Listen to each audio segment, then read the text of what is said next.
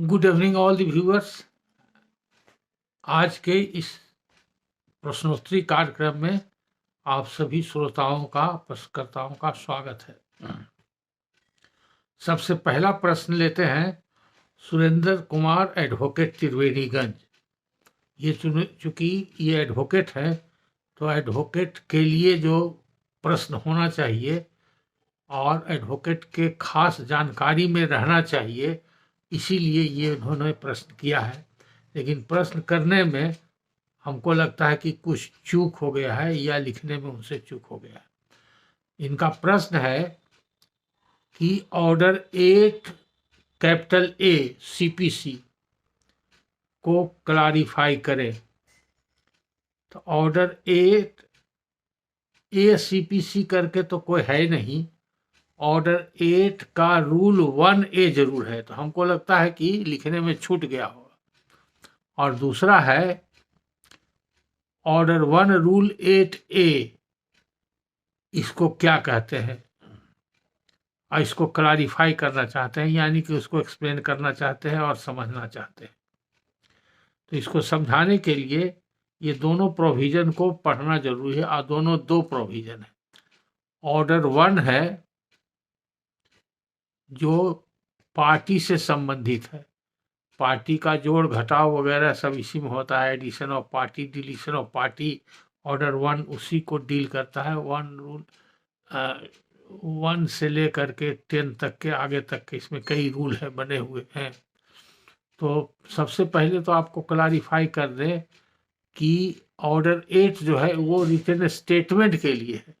Written statement से संबंधित जितना भी प्रावधान है वो ऑर्डर 8 में मिलेगा, और उसी में आगे जा करके ऑर्डर 8 के रूल 1A कैपिटल है। तो वो रूल 1A कैपिटल जो है वो कहता है कि जो डिफेंडेंट है वो अगर कोई रिटन स्टेटमेंट फाइल कर रहा है तो उसका रिटन स्टेटमेंट में जो उसने डिफेंस लिया है, अपना बचाव पक्ष में जो बयान किया है या कोई उसने क्लेम किया है, यानी कि काउंटर क्लेम, उल्टे मुद्दे पर कोई दावा किया है काउंटर क्लेम, या कोई सेट ऑफ कोई बकाया अगर हो, बकाया लेन देन का अगर केस हो, रुपया का हो, मनी क्लेम हो, तो उसमें इन्होंने भी क्लेम किया हो कि हमारा इतना रुपया बकाया था, उसमें हमने सेट ऑफ कर लिया, यानी कि सटा बटा लिया, वसूल कर लिया। तो सटाने वटाने का अगर क्लेम हो या कोई नया क्लेम हो या कोई अपना डिफेंस हो, बचाव का कोई दावा हो, ये जो भी आप अपने बयान तहरीर में डिफेंडेंट के रूप में अगर करते हैं तो उसके सपोर्ट में कौन सा आपके पास डॉक्यूमेंट है, उसके सपोर्ट में जो भी आपका कोई डिफेंस का वर्सन हो या काउंटर क्लेम का वर्सन हो या सेट ऑफ का वर्सन हो, तो जो भी आपका दावा है, तीनों हो या तीनों में से कोई एक हो या तीनों में से कोई दो हो, जिसके बारे में आपने अपने बयान तहरीर में यानी कि रिटन स्टेटमेंट में, या हिंदी में उसको उत्तर पत्र भी कहते हैं, उसमें आपने अगर लिखा है, उसका ब्यौरा दिया है, जो कि देना जरूरी है, तभी आपका दावा चलेगा। तो उसके प्रमाण में आपको कागजी प्रमाण देना पड़ेगा। तो जिस कागज पर आप रिलाई करते हैं या जिस कागज के आधार पर वो अपना दावा या अपना जो डिफेंस है, बचाव का जो आप उसमें बयान देते हैं, स्टेटमेंट देते हैं या क्लेम करते हैं या सेट ऑफ का दावा करते हैं, तो उससे संबंधित जो भी कागजात है वो आपको कोर्ट में प्रोड्यूस करना पड़ेगा एक लिस्ट के साथ।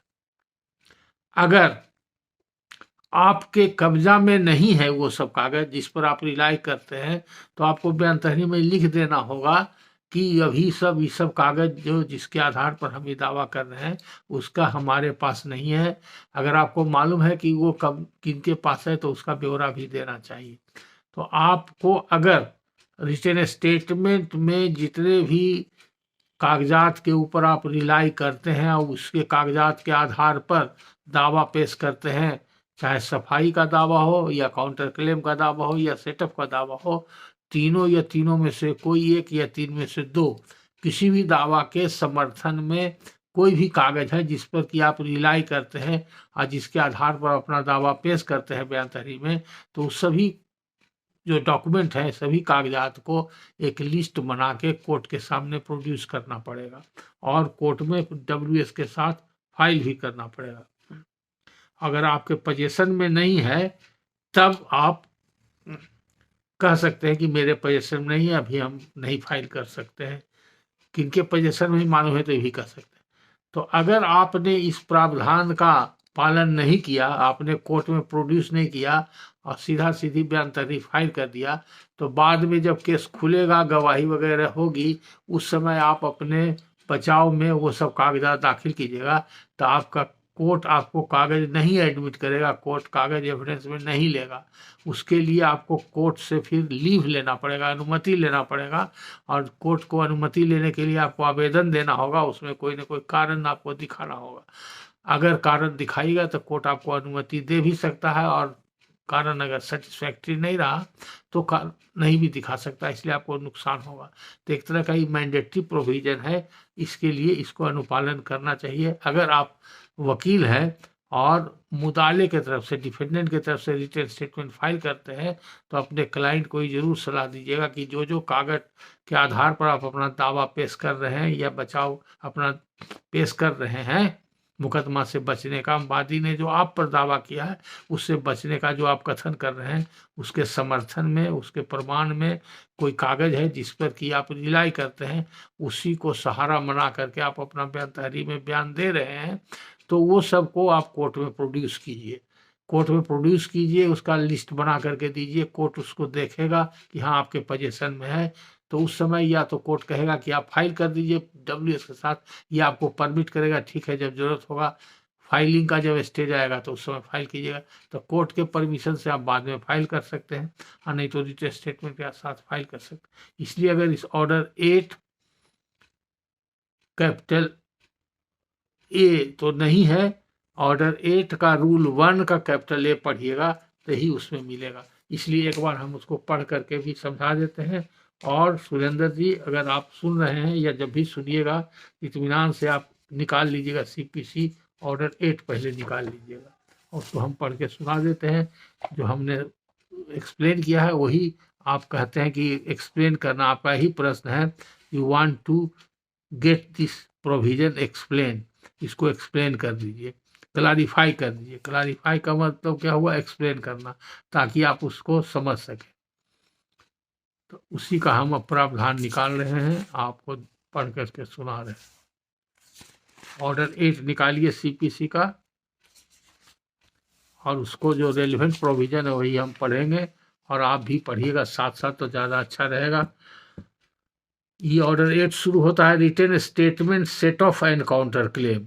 ये तीनों का एक ही साथ ऑर्डर 8 में प्रावधान बना दिया गया है। तो इसका रूल 1 है, 1 के बाद 1A कैपिटल है। ऑर्डर 8 रूल 1A कैपिटल है। ऑर्डर 8A जो आपने लिखा है कैपिटल, वैसा नहीं है। ऑर्डर 8 रूल 1A, इसको आप सुधार लीजिए। और इसमें जो प्रावधान है वो प्रावधान अब हम पढ़ रहे हैं। वो प्रावधान क्या है ये सुनिए। अगर आपके सामने बुक है तो बुक निकाल लीजिए और उसको मेरे साथ साथ पढ़िए, तो आपको क्लारीफाई हो जाएगा। क्लारिफिकेशन तो हमने दे दिया है, यानी कि एक्सप्लेन कर दिया, हिंदी में समझा दिया, फिर भी आपके लिए हम फिर दोबारा इसको पढ़ के समझा रहे हैं। Where the defendant bases his defense upon a document or relies upon any document in his possession or power in support of his defense or claim or set off or counter claim, he shall enter such document in a list and shall produce it in court when the written statement is presented by him, and shall at the same time deliver the document and a copy thereof to be file with the written statement. तो आपको produce भी करना है और file भी करना है और दिखाना भी है कोर्ट को। उसका सब क्लॉज 2 कहता है, where any such document is not in the possession or power of the defendant, he shall where possible state in whose possession or power it is. जैसा कि आपको बताए कि अगर आपके कब्जा में नहीं, यानी कि आप मुदाले हैं, मुदाले के कब्जा में नहीं है कागजात, तो किसके कब्जा में ही जानकारी है तो उसका ब्यौरा दे देना चाहिए। अगर ये जानकारी नहीं है कि किसके कब्जा में है तो ये भी आपको देना चाहिए कि मेरे कब्जा में नहीं, लेकिन अभी किसके कब्जा में डॉक्यूमेंट है अभी नहीं कर सकते। तीसरा सब क्लॉज कहता है, रूल 1A कैपिटल का तीसरा सब क्लॉज है, a document which ought to be produce in court by the defendant under this rule but is not so produce shall not without the leave of the court be received in evidence on his behalf at the hearing of the suit। तो जैसा कि हमने आपको बताया कि अगर जो आपको प्रोड्यूस करना चाहिए था रिटन स्टेटमेंट के साथ फाइल करने समय और कोर्ट में दाखिल करना चाहिए था, तो जब हियरिंग सुनवाई चलेगी मुकदमे की तो उस समय वो डॉक्यूमेंट आपको नहीं लिया जाएगा। तब क्या है, रूल 4 क्या कहता है, इसीलिए without the leave of the court be received in evidence, बिना कोर्ट की अनुमति का आपको नहीं लिया जाएगा, यानी कि कोर्ट से आपको अनुमति लेना पड़ेगा। अनुमति लेने के लिए इसमें इनहेरेंट है, इसके अंदर ही निहित है, आपको इतना बताता है, सेक्शन पढ़ने से इतना पता चलता है कि बिना अनुमति के नहीं लिया जाएगा। तो इसका मतलब हुआ कि आपको अगर एविडेंस में देना है तभी आप अपना दावा साबित कर सकते हैं। अगर आप एविडेंस में डॉक्यूमेंट नहीं दीजिएगा तो आपका दावा फेल कर जाएगा, तो प्लेंटिफ का सूट डिक्री हो जाएगा, आपका दावा फेल कर जाएगा, या आपका जो सफाई पक्ष है वो समाप्त हो जाएगा, आपका डिफेंस समाप्त हो जाएगा। तो आपको हियरिंग के समय डॉक्यूमेंट देना होगा, तो डॉक्यूमेंट कोर्ट लेगा नहीं, तो आपको एक अनुमति लेना होगा जिसको लीव पिटीशन बोलते हैं। तो लीव पिटीशन कैसे मिलेगा, लीव कैसे मिलेगा, लीव में आपको कारण दिखाना होगा कि आप उस समय क्यों नहीं प्रोड्यूस किए थे, क्यों नहीं फाइल किए थे, और कारण जो है सपोर्टेड विथ एफिडेविट देना होगा, और उसको एफिडेविट पर आपका जो कारण दिखाया गया है वो कारण से कोर्ट सेटिस्फाइड हो जाएगा तो आपको लीव ग्रांट कर देगा, तब आपका एविडेंस लिया जाएगा और तब वो आपका एविडेंस में आपके तरफ से उस सबूत में मान्यता होगी और उसके आधार पर कोर्ट फैसला करेगा। सब क्लॉज 4 कहता है, nothing in this rule shall apply to document produce for the cross examination of the plaintiff witness.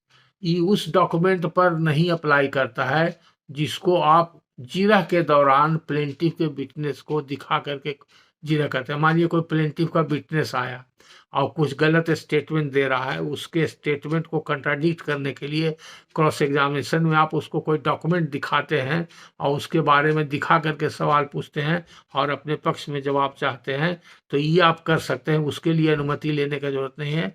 वो कोई भी डॉक्यूमेंट जो आपने लिस्ट में नहीं दिया है या कोई भी डॉक्यूमेंट इसके बारे में आपने बयान तहरीर में जिक्र नहीं किया है, वो सब डॉक्यूमेंट क्रॉस एग्जामिनेशन के समय आप बिना लीव ऑफ द कोर्ट के सामने प्रोड्यूस करके और विटनेस के हाथ में दिखा करके उस पर सवाल पूछ सकते हैं। दूसरा कहता है, handed over to a witness merely to refresh his memory. अगर मान लीजिए कि आपके तरफ से कोई गवाह आता है और वो गवाह चीफ में आप उसका गवाही करा रहे हैं और कोई चीज़ में ऐसा लगता है कि वो गड़बड़ा रहा है या नहीं वो बता सकता है, और वो जो सवाल आपने किया है वो किसी डॉक्यूमेंट से रिलेटेड और कनेक्टेड है जो उसी व्यक्ति का, उसी गवाह का लिखा हुआ है या उस पर उसका हस्ताक्षर है या उस पर वो गवाह है, तो उसको याद दिलाने के लिए उसका अटेंशन ड्रॉ करके कि देखिए ऐसा एक डॉक्यूमेंट हुआ था, आपने लिखा था, तो देखिए ही वो डॉक्यूमेंट है, तो दिखा सकते हैं और उसके मेमोरी को यादाश्त के लिए रिफ्रेशिंग मेमोरी आप वो डॉक्यूमेंट दे सकते हैं। तो 2 तरह का डॉक्यूमेंट हुआ, एक अपने विरोधी के गवाह को दिखा करके सवाल पूछ सकते हैं क्रॉस एग्जामिनेशन में। दूसरा, आप अपने गवाह के मेमोरी को ताज़ा करने के लिए, यादाश्त को वापस लाने के लिए कोई डॉक्यूमेंट दिखा करके उससे सवाल पूछ सकते हैं और देख के जवाब दे सकता है, इसके लिए बना हुआ। तो ये प्रावधान हुआ रिटन स्टेटमेंट से संबंधित ऑर्डर 8 रूल 1 कैपिटल ए। लेकिन अब जो दूसरा प्रश्न है आपका वो भी क्लैरिफाई करने का है, वो ऑर्डर 1 का है, वो अलग चैप्टर में है, उसमें 8A अलग प्रावधान है। ऑर्डर 1 रूल 8A है, उसका रूल है 8A, ये रूल है, ऑर्डर 8 है और रूल 1A है, तो दोनों में फर्क हो गया, इसमें लिखने में आप गड़बड़ा गए। अब आइए ऑर्डर 1 में, ऑर्डर 1 क्या कहता है और ये क्या कहता है, तो इसको पढ़ने के पहले आपको समझा देते हैं कि इसको बोलते हैं ऑर्डर 1 रूल 8 में जो सूट फाइल होता है उसको रिप्रेजेंटेटिव सूट कहते हैं। रिप्रेजेंटेटिव सूट कब फाइल होता है, अगर 2 या 2 से ज़्यादा व्यक्तियों का समूह हो और सबका कॉमन इंटरेस्ट हो, किसी सब्जेक्ट मैटर ऑफ डिस्प्यूट में, और सब का एक ही ग्राउंड पर केस हो सकता है और सबका कॉमन क्लेम हो, तो सभी व्यक्ति को मुद्दई बनने की आवश्यकता नहीं है। उसमें से कोई एक व्यक्ति कोर्ट से अनुमति लेके एज ए रिप्रेजेंटेटिव उसके तरफ से केस फाइल कर सकता है कोर्ट में। तो उसके लिए कोर्ट से अनुमति लेना पड़ता है और ये दिखाना पड़ता है कि हम इतने अमुक व्यक्ति के तरफ से हम फाइल कर रहे हैं। तो उसकी संख्या सीमित भी हो सकती है, असीमित भी हो सकती है। जैसे कोई एसोसिएशन है, ग्रुप ऑफ पर्सन्स है, कोई क्लब है, कोई संस्था है, उसमें बहुत सारे मेंबर हैं और उनके तरफ से कोई केस करना हो और उस संस्था के बाईलॉज में या उसका जो डॉक्यूमेंट है, वो डॉक्यूमेंट में कोई ऑथराइज व्यक्ति नहीं पहले से दिया हुआ, अगर डॉक्यूमेंट में लिखा हुआ होगा ऑथराइज व्यक्ति की ये केस करेगा तब कोई बात नहीं। लेकिन अगर ऐसा नहीं है तो सभी मेंबर के तरफ से केस करने के लिए कोई एक मेंबर या 2-3 मेंबर वो ऑथराइज रिप्रेजेंटेटिव बन करके सबके बिहाफ में केस फाइल कर सकता है। या अगर डिफेंडेंट बन गया है तो सबके तरफ से बयान तहरीर देके डिफेंड कर सकता है। तो उसमें फैसला जो होगा उस सभी का पक्ष में और या विपक्ष में माना जाएगा। अगर सभी मान लीजिए कि 25 आदमी का कोई ग्रुप है और 5 आदमी उसके तरफ से केस किया या एक आदमी रिप्रेजेंटेटिव उसका बन के केस किया, तो फैसला अगर उसके पक्ष में हुआ तो माना जाएगा 25 के पक्ष में हुआ। अगर उसने डिफेंडेंट के रूप में कंटेस्ट किया तो अगर विपक्ष में हो गया उसके फैसला तो माना जाएगा 25 के विपक्ष में फैसला हुआ। तो इसका जैसे एक आदमी हार जीत लड़ता है, हार जीत होता है तो उसके ऊपर बाइंडिंग होता है। उसी तरह से लड़ने वाला एक ही आदमी या 2 आदमी या 4 आदमी रिप्रेजेंटेटिव है, लेकिन उसका हार जीत जितना ग्रुप है, जितना सदस्य है उसका होता है। तो इसका ज़्यादातर सिविल कोर्ट में इस्तेमाल होता है प्रोविजन का, खास करके पब्लिक लैंड में जहाँ पर कि गैर मजरूआ जमीन है और आम जमीन है। गैर मजरूआ आम जो आम उपयोग के लिए, आम जनता के उपयोग के लिए कोई सार्वजनिक जमीन है या सार्वजनिक संपत्ति है, उससे संबंधित कोई विवाद होता है तो आम public is a fluctuating body. आम पब्लिक मान लीजिए अगर कोई गांव का लेते हैं तो एक गांव का 1000 निवासी है, तो 1000 निवासी है तो सबके तरफ से केस फाइल करना है तो हजारों आदमी को पॉसिबल नहीं है कि पार्टी बनावे और सबसे दस्तखत करावे और कोर्ट में ले जाए। तो दूसरा ये फ्लक्चुएटिंग बॉडी है, अभी 1000 आदमी है, 1 महीना के बाद उसमें से 10 आदमी मर जाएगा तो कम जाएगा, कुछ दिन के बाद कुछ पैदा हो जाएगा तो संख्या बढ़ जाएगा। तो फ्लक्चुएटिंग बॉडी है, आम पब्लिक इसमें घटते बढ़ते रहता है। तो ऐसी स्थिति में पब्लिक के तरफ से कोई पिटिशन फाइल करना या पब्लिक के खिलाफ कोई सूट फाइल करना है तो उसके लिए प्रावधान बनाया गया ऑर्डर 1 रूल 8 में। और उसके लिए क्या क्या होगा वो ऑर्डर 1 रूल 8 में डिटेल दिया हुआ है। तो जहाँ पर ऐसी आवश्यकता होगी सूट फाइल करने का तब आपको ऑर्डर 1 रूल 8 पढ़ने की आवश्यकता है। ऑर्डर 1 रूल 8 अभी पहले पढ़ेंगे और तब आपको फिर और एक्सप्लेन करेंगे।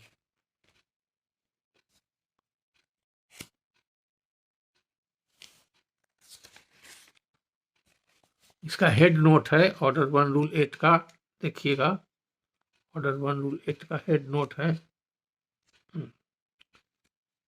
1 person may sue or defend on behalf of all in same interest। जैसा कि कहा एक ही प्रति मुकदमा कर सकता है सबके बिहाफ में या एक ही व्यक्ति डिफेंड कर सकता है सबके बिहाफ में अगर सबका सेम इंटरेस्ट है, यानी कि 1 इन कॉमन इंटरेस्ट है। तो जनरली पब्लिक के केस में बताए हो सकता है या ग्रुप ऑफ पर्सन हो या एसोसिएशन वगैरह हो, उस तरह का जहाँ पर हो वहाँ पर कॉमन इंटरेस्ट होता है। अब आगे क्या कहता है ऑर्डर 1 रूल 8 कहता है where there are numerous persons having the same interest in one suit, one or more of such person may with the permission of the court, यहाँ पर भी कोर्ट का परमिशन चाहिए, sue or be sued or may defend such suit on behalf of or for the benefit of all persons so interested। तो court के अनुमति से या तो मुकदमा किया जा सकता है या सभी के विरुद्ध मुकदमा किया जा सकता है या उसके बिहाफ में किया जा सकता है।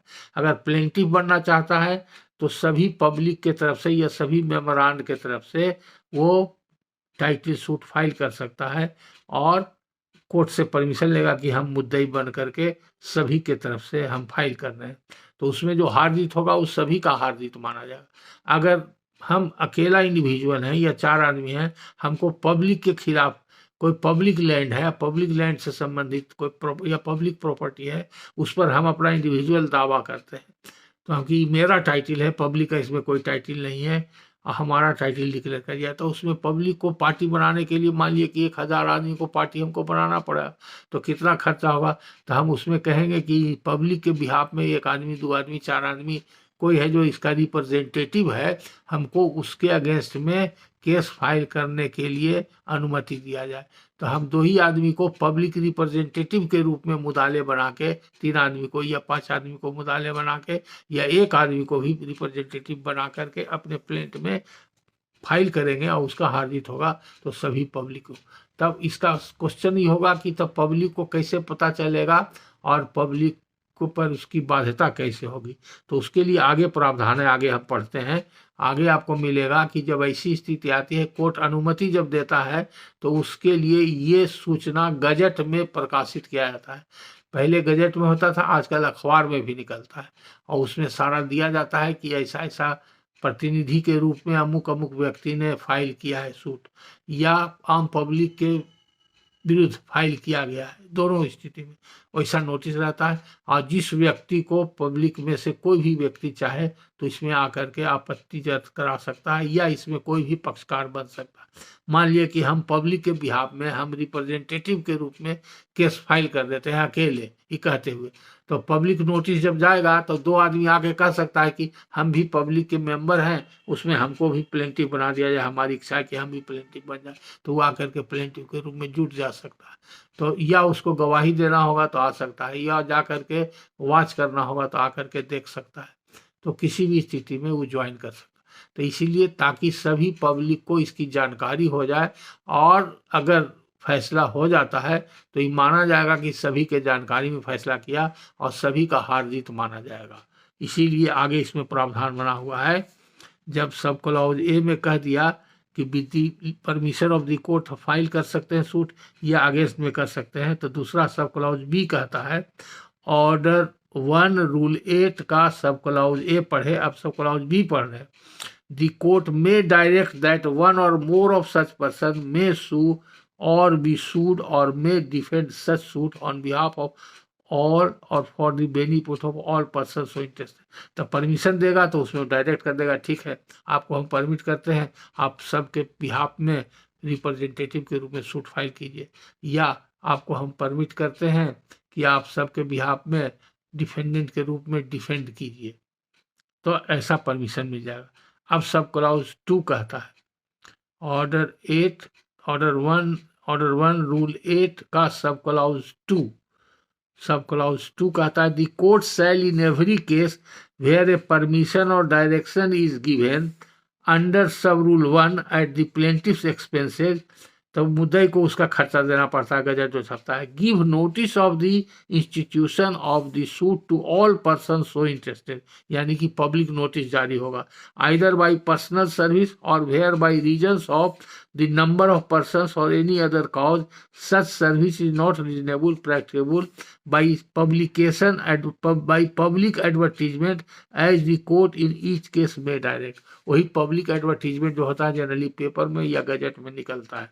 तो अगर पॉसिबल नहीं है कि बहुत लार्ज नंबर ऑफ पर्सन है पब्लिक का, वहाँ पर ज़्यादा नोटिस नहीं जा सकता है, तो पेपर पब्लिकेशन होता है। अगर 1, 2, 4 आदमी को देना है तो पर्सनल नोटिस भी जा सकता है। तो सबसे पहले पिटीशन जो प्लेंट फाइल करेंगे तो उसके साथ एक परमिशन का पिटीशन दिया जाता है कि हम पब्लिक रिप्रेजेंटेटिव के रूप में सूट फाइल कर रहे हैं, हमको परमिट किया जाए, तब कोर्ट उसको परमिशन देगा।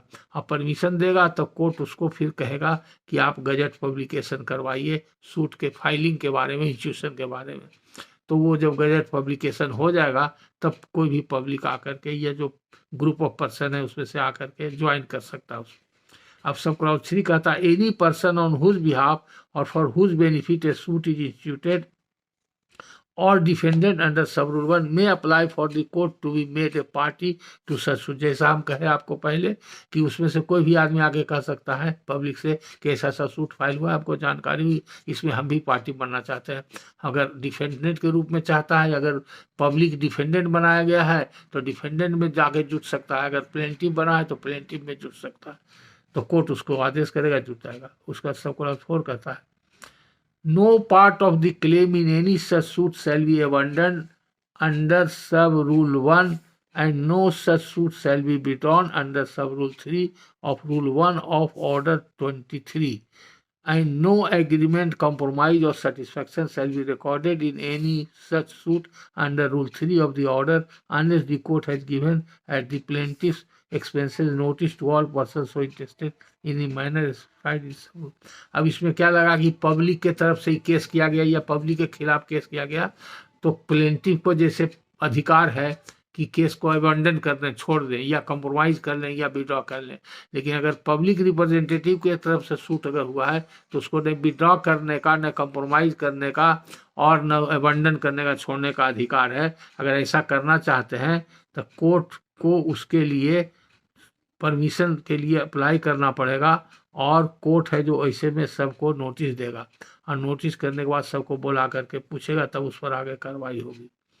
फिर सब रूल 5 कहता है वेयर एनी पर्सन सुइंग और defending in any such suit does not proceed with due diligence in the suit और डिफेंस द कोर्ट में substitute in his place any other person having the same interest.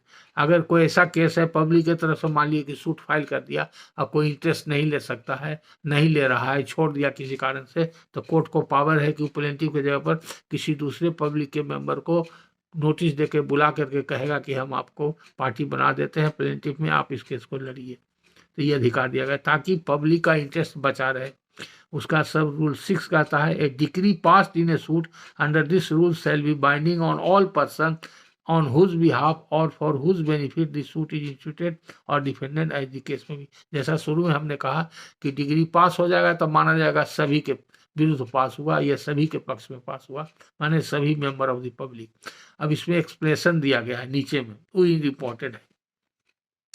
For the purpose of determining whether the person who sue or are sued or defend have the same interest in one suit, it is not necessary to establish that such person have the same cause of action as the persons on whose behalf or for whose benefit they sue or sued or defend the suit as the case may।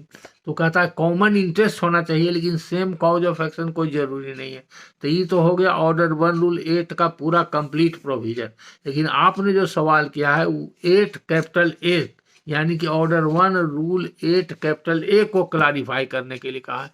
तो confusion में आपने पहले order 8 लिख दिया था, तो हमने order 8A को क्लैरिफाई कर दिया आपको कि ऑर्डर 8A नहीं है, वो ऑर्डर 8 रूल 1 कैपिटल ए है जो पहले क्लैरिफाई किया, जो रिटर्न स्टेटमेंट से संबंधित है।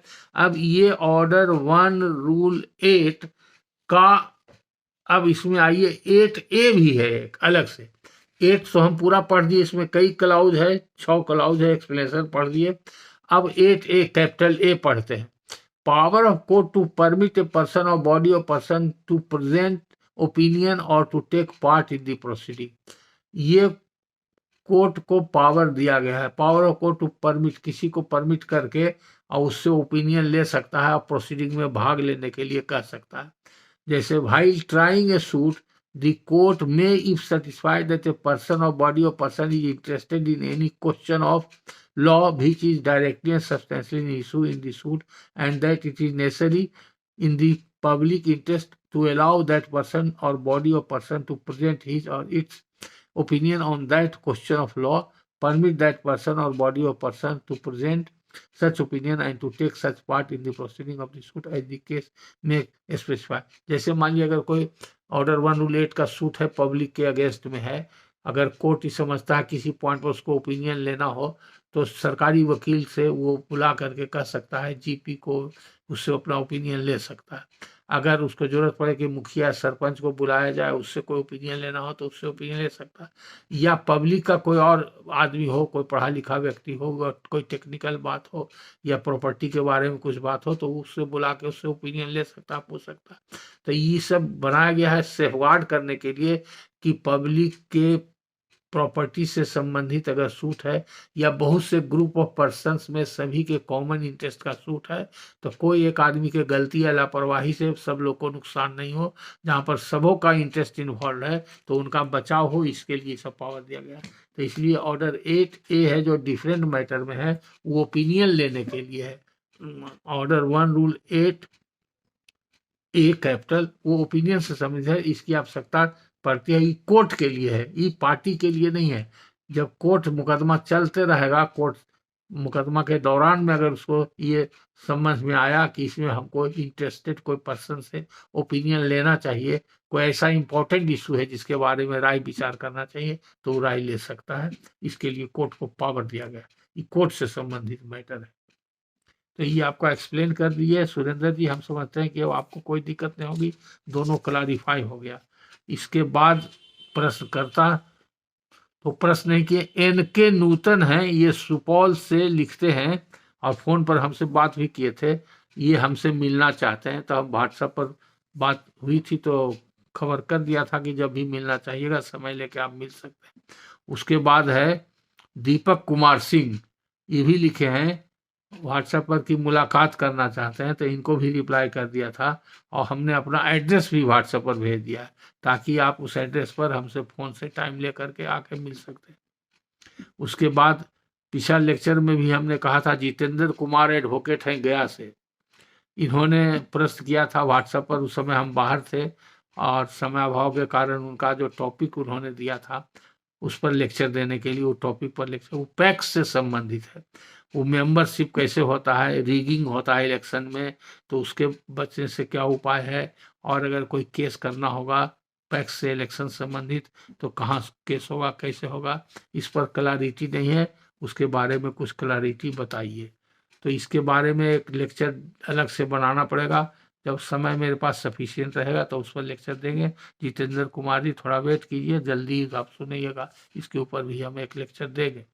उसके बाद प्रश्न करता है अरुण कुमार एडवोकेट सहरसा से, इन्होंने प्रश्न किया था फोन पर, तो हम फोन से भी बात किए थे।